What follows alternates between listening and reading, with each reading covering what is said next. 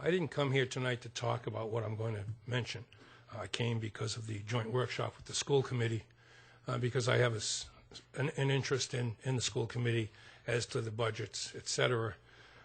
Being chairman of the finance committee and treasurer of the Barnstable Horseman Charter School out on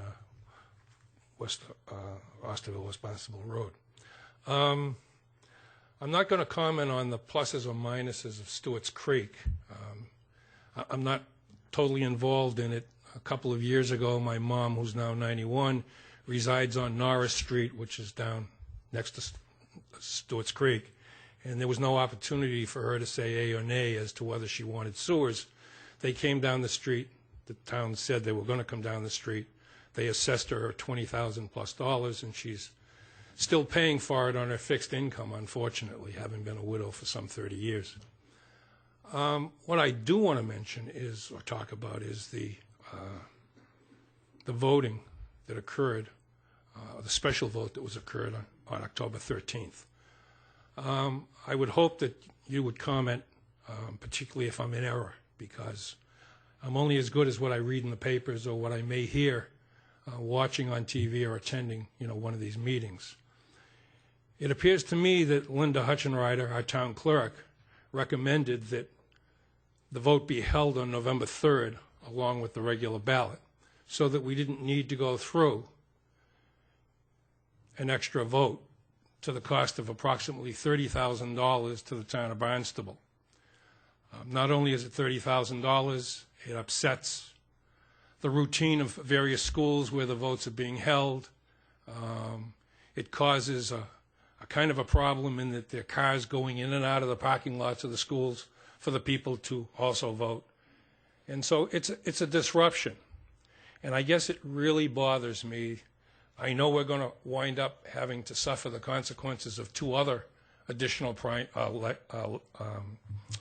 voting elections because of the death of Senator Kennedy. But from what I've read in the paper, again, and what I've heard, it is just unconscionable to think that this council voted to hold a special election when they could have held an election on November 3rd and spent $30,000.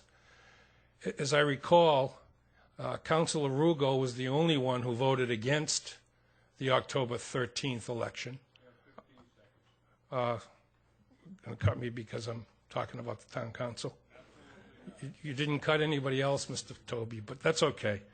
Let me just finish it by stating that if it were up to me and it were possible, I find it so unconscionable that I believe that each and every one of you should be assessed $3,000, and you should pay for the cost of the election. And I truly mean that. There was no need to have that special election, other than, again, as the papers inferred, you were trying to take away a level playing field, knowing that 20% of the people would not show up for the vote. Thank you. You're obviously upset that the election didn't go your way, and we had discussions on why we did it this way. And you either choose to say that they're not relevant or you want us to repeat them again. And I'll be happy to repeat them again. The issue that we have on the table here with Stewarts Creek had all of us participating for over 50 hours of work. It was not our real estate taxes at work over here. It was not a particular issue that normally one would consider would be challenged at the polls. So you say to yourself, geez, if I'm out for all the disgruntled and everyone is upset, I'm appalled at this. And you know what? If I was on that side, I would feel the same way. But 50% of the people came in and wanted it. And you don't care a lick about that crowd. And you know what the savings was to each and every one of them for the vote they got? 25 grand. 25 grand to 161 households, and it could be better if the rest of the projects don't come up the ladder and don't qualify. So your 30 grand is well taken. Money is money, and all of us have a deep respect for money. But there's only one issue that seems to get the mic here, and that's the disgruntled and disembarked and the very uncomfortable people who want to raise us to a rock fight.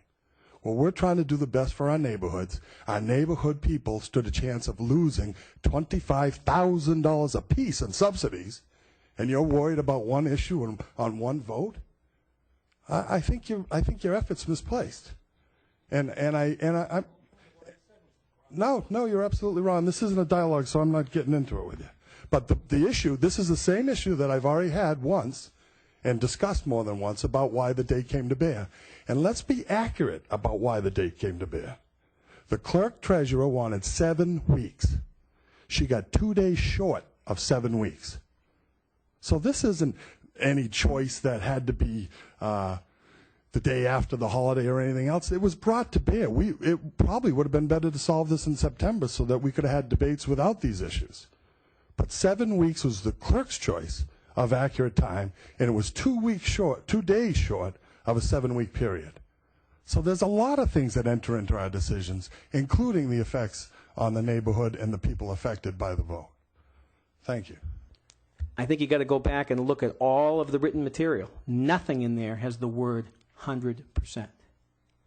The only word that's referred to is that betterments are synonymous with sewer infrastructure implementation. And what those betterments may be when it all rolls out 2.5, 3 years down the road, which is about the earliest anybody's going to see a bill, that's another matter.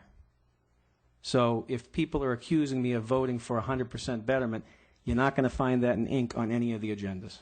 You will find the word betterment, but that can take many different shapes and forms, and I want to thank the council president who quite some time ago implemented several strategies, several committees. I met for hours with the chairman of the subcommittee from CFAC just recently, looking at tremendous different financing options for any sewering program going forward. And in light of the gentleman who spoke about Norris Street is right in my neighborhood, not just in my precinct. I can walk there in a minute. All of the people on Norris Street, I don't know your relative, but I know in 2003, all of the residents in Norris Street came into this building and they wanted sewering on that street. I also know it was not $20,000 because that project was done in 2003 and the entire project was done in-house, which saved a huge amount of money. Steve Giordano was the head engineer who used to be a very fine employee of this town, and that project was applauded by the residents on that street because they all had failed Title V's,